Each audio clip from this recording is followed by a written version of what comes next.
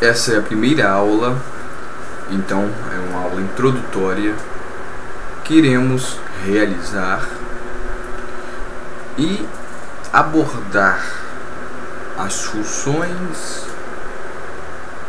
o objetivo e as características do ministério diaconal. Então, para isso, nós iremos utilizar o manual do diácono, que é editado pela editora CPAD. E o manual do diácono é, na verdade, e tem por assim o seu propósito ser um manual. Nós sabemos que a função diaconal ela é abrangente, não é uma função menor que a outras.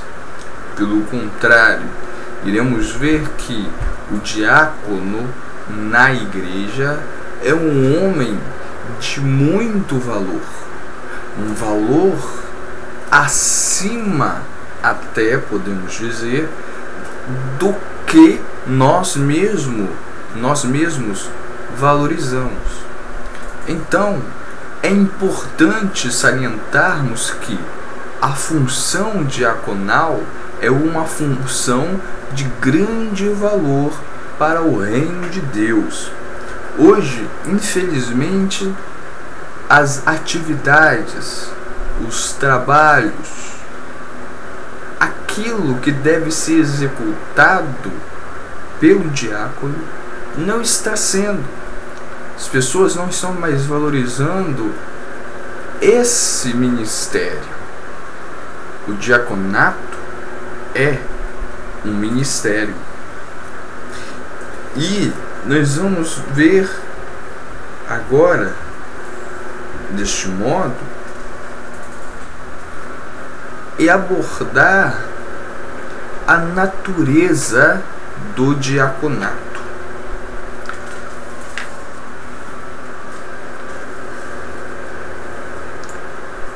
A palavra diaconato, iremos defini-la aqui. Então, a palavra diaconato, ela é originária do vocábulo grego, ou seja, da língua grega, e tem um significado etimológico de ajudante ou servidor, aquele que ajuda ou aquele que serve. Nisto, nós vemos que a função do diácono é socorrer, administrar. Este é o papel do diácono, a natureza do diácono. A instituição do diaconato está lá em Atos dos Apóstolos, no capítulo 6, versículos de 1 ao 7. O irmão abra lá em Atos dos Apóstolos, capítulo 6, de 1 ao 7, que lá vai estar claramente falando sobre a instituição do diaconato na igreja. E o que estimulou essa instituição do ministério diaconal? Primeiro foi o crescimento da igreja, conforme o texto de Atos dos Apóstolos 6, de 1 a 7. A igreja cresceu, e com o crescimento da igreja veio a necessidade de mais obreiros, porque os apóstolos não estavam dando conta dos serviços que deveriam prestar. E assim eles diziam: vamos nos dedicar à oração e à palavra, e vamos instituir homens inspirados pelo Senhor para que façam o trabalho de servir as mesas, ou seja, o trabalho prático da igreja, o trabalho, vamos colocar no nível material da igreja. E o segundo é o descontentamento social. As pessoas estavam sentindo-se desamparadas, como as viúvas. Estavam sentindo desamparadas, os órfãos. Então, devido a esse descontentamento social, foi instituído o ministério diaconal. Por este modo, nós podemos ver que a igreja, ela vem organizada desde os tempos apostólicos. Ou seja, o ministério diaconal foi levantado para que neste ministério suprisse as necessidades materiais da igreja. A natureza do diaconato. O nosso terceiro tópico vai ser a natureza do diaconato. O diaconato é um ofício. O que é um ofício? É uma ocupação que existe um grau mínimo de habilidade. A função de diácono é uma função de suprir as necessidades dos santos. O ofício básico do diácono é a assistência social. O diácono deve ser um assistente social.